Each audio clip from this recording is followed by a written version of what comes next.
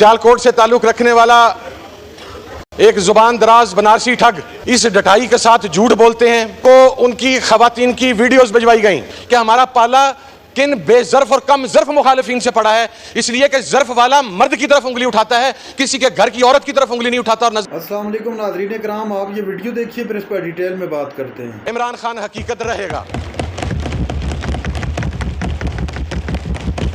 और मैं सर आपको अर्ज करूं, ये जो कल तस्वीरें दिखा के और उन्हें बड़ा 4D 5D जो भी उसको कहा जाता है करके तो बड़ा दिखा रहे थे, ये सेल है वो सेल है। सर मैं अर्ज करता हूं, आप इस ऐवान के कस्टोडियन हैं, आप इस ऐवान के मुअज़्ज़ज़ अराकीन की इज्जतों के मुहाफ़िज़ हैं। सर आप जाके पता करवाएं कि जब कोई रुकन कौमी असेंबली वहां पर मिलने के लिए जाता है तो 2.5 किलोमीटर पहले उसे गाड़ी से उतार दिया जाता है, उसके बाद वो चल के तो गेट के ऊपर जाता है, फिर वहां पर 1.5 घंटा उसे गेट के ऊपर खड़ा रखा जाता है। सर उसके जूतों की तलाशी ली जाती है, उसकी जुराबों की तलाशी ली जाती है, उसकी जेबों की तलाशी ली जाती है, उसे आई साइड ग्लासेस अंदर लेके जाने की इजाजत नहीं है। फिर ये कहते हैं कि इमरान खान अंदर एक लग्जरी मॉल में बैठा है। ये जेल के लोग जो उसकी ड्यूटी देते हैं उन्होंने हमें कहा कि वो 10 बाई 12 के सेल में है, उसे लकड़ का फटा नुमा एक बेड दिया गया है जिसके ऊपर एक दरी है और ऊपर रूम कूलर है, जो रूम कूलर कभी चलता है और कभी बंद हो जाता है। लेकिन वो मर्दे और सर खड़ा हुआ है, वो कंप्रोमाइज के लिए तैयार नहीं, वो बिकने के लिए तैयार नहीं। सियालकोट से ताल्लुक रखने वाला एक जुबान दराज बनारसी ठग जब ऐवान में खड़ा होकर गलाजत से भरपूर जुबान इस्तेमाल करेगा कि जिसकी जुबान के शर से कोई शख्स महफूज नहीं, और जिस वक़्त हमारा मफरूर वज़ीर दाखिला यहाँ पर खड़ा होकर यह बात कहेगा कि हम तो डायलॉग चाहते हैं लेकिन हमारे मुंतखब अराकीन कौमी व सूबाई असम्बली को उस वक़्त गिरफ्तार किया जा रहा होगा, तो फिर जनाबे वाला मुज़ाकरात नहीं हो सकते।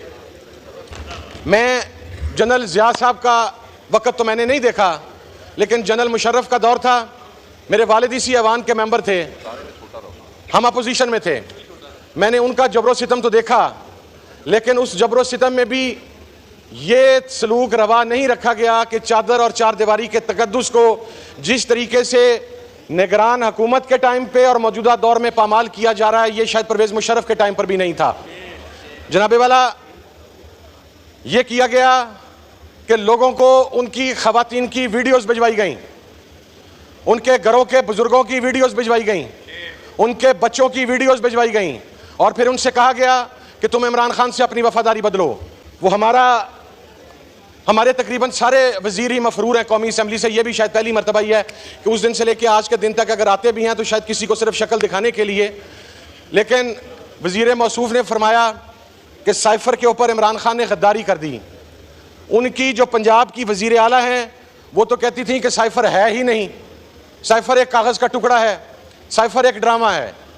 आज इस्लामाबाद हाई कोर्ट के अंदर साइफर की हकीकत बेनकाब हो चुकी है, और अब एक ऐसा केस कि जिसकी वजह से शर्म के मारे सर झुक जाते हैं। इद्दत के मामले के ऊपर तमाम मसालिक के मुफ्तियान का मुत्तफ़िका फतवा है कि इद्दत के अंदर औरत की राय हतमी होती है, लेकिन एक जज किसी के कहने के ऊपर एक ऐसा फैसला सुना देता है जो कुरान और सुन्नत से मुतसादिम है, और फिर उसकी कोई बाज़पुरस नहीं होती, और फिर उसके बाद मुजरमाना तर्ज़ अमल इख्तियार करते हुए वो केस मुकम्मल होने के बाद अब एक नए जज की तरफ ट्रांसफ़र कर दिया जाता है। जनाबे वाला जब तक ये मामलात चलते रहेंगे, और मैं पाकिस्तान के मुक़तदरा को एक जुमला कहना चाहता हूँ, उनकी नज़र पेश करना चाहता हूँ कि वो पंजाबी में कहते हैं कि राह रस्ता राह दस्सी दाए पुच्छी दाए तक्की दाए मोड़ी दाए डक्की दा नहीं। आपने रास्ता रोकने की कोशिश की, लेकिन 8 फरवरी को पाकिस्तान की अवाम ने इमरान खान से मोहब्बत का सबूत देते हुए इमरान खान को अक्सरियत दिलवाई। जनाबे वाला मुझे तो यह समझ नहीं आती कि ये आसमान पर छत पर अल्लाह रब्बुल इज़्ज़त के अस्माए मुबारका हैं, कुरानी आयात हैं, सामने बाबा कौम है, और फिर बनारसी ठग इस डटाई के साथ झूठ, इस डटाई के साथ वो हक़ाइक़ को मसख़ करते हैं कि शर्म और हया वाली जो तारीख़ी गुफ्तगू उन्होंने फरमाई थी। और फिर देखिए, मैं एक बात अर्ज़ करूँ, मैं समझता हूँ कि पाकिस्तान की इस्टेब्लिशमेंट के लिए इससे तारीख़ लम्हात और नहीं हो सकते कि वो शख्स जिसने ये कहा कि 48 की जंग पाकिस्तान और गैरत इंसान के लिए सबसे इंपॉर्टेंट चीज़ होती है, वफादारियां होती हैं। और वो तमाम लोग जो किसी भी रिस्पेक्टिव पार्टी में हैं और अपनी पार्टी के मौक़िफ़ के साथ खड़े हैं, उनका ताल्लुक किसी भी साइड से हो, मैं ये समझता हूं कि कम से कम वो लोग ये दावा कर सकते हैं कि उनके अंदर इतनी शर्म और हया है कि वो जिस जगह पर थे, सही या गलत, वो अपनी लीडरशिप के साथ खड़े हैं। लेकिन यहां पर जो गिरगिट की तरह रंग बदलते हैं, जो कल तक कुछ और कहा करते थे, आज वो किसी और की शान में कलाबे मिला रहे हैं। और मैं पाकिस्तान की इस्टेब्लिशमेंट से और पाकिस्तान की अदलिया से सर एक बात करना चाहता हूं। मुझे अवाम ने वोट देकर यहां पर भेजा, ये मेरा इस्तेहकाक है कि आपने जो कुछ हमारे साथ किया, हमारी बात नहीं सुनी गई, हमारे घरों तक आप पहुंचे। मियां असलम इकबाल साहब जो कि एक मुंतखब MPA है, जनाबे वाला पंजाब का हिटलर नुमा IG, जिसे मौजूदा वजीर दाखिला की सरपरस्ती हासिल है, ये हमारे उस MPA को डायरेक्ट कत्ल करने के धमकियां दे रहा है। हमारा appointed leader of the opposition Punjab assembly में नहीं जा सकता क्योंकि ये उसे मारना चाहते हैं। लेकिन ये जो गोलियां बेचते हैं ना जनाब, तस्वीरें, ये जो हमारी खवातीन अरकान कौमी असेंबली को कब्रों की तस्वीर बेचते हैं, मैं एक बात अर्ज करना चाहता हूं सर, कब्र में सिर्फ हमने नहीं जाना, कब्र में इन्होंने भी जाना है। और इस वक्त का तयन अल्लाह रब्बुल इज़्ज़त की ज़ात ने करना है कि कौन कब कब्र के अंदर जाएगा और कौन कब कब्र से बाहर रहेगा। ये जो रवैया है ये गैर जमहूरी है। हम मुज़ाकरात करना चाहते हैं, हम डेमोक्रेटिक वे में बात करना चाहते हैं, हम संजीदा लोगों के साथ बात करना चाहते हैं।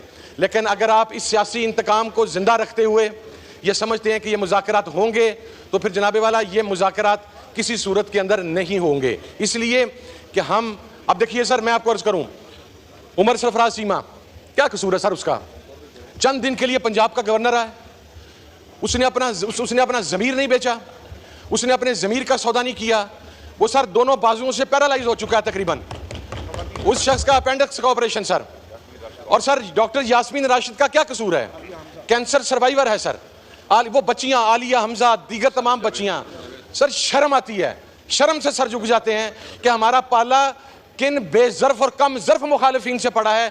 इसलिए कि जर्फ वाला मर्द की तरफ उंगली उठाता है, किसी के घर की औरत की तरफ उंगली नहीं उठाता और नजर नहीं उठाता। और हम तो ऐसे बेजर्फों के मुकाबले पर आ गए हैं जिनकी नजरें भी औरतों की तरफ उठती हैं और जो लोगों की चादर और चार दीवारी का।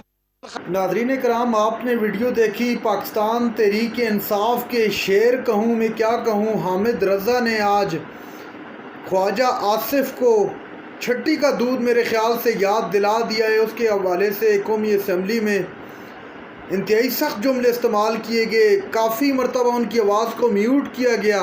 उसके बावजूद वो अपनी बात से ना रुके और उन्होंने अपनी बात जारी रखते हुए ख्वाजा आसिफ को बनारसी ठग तक कह दी और कहा कि हमारी ख़वातीन को वीडियोस भेजते हैं और ये इमरान खान को मिटाना चाहते हैं, लेकिन इमरान खान को मिटाने वाले खुद मिट जाएंगे।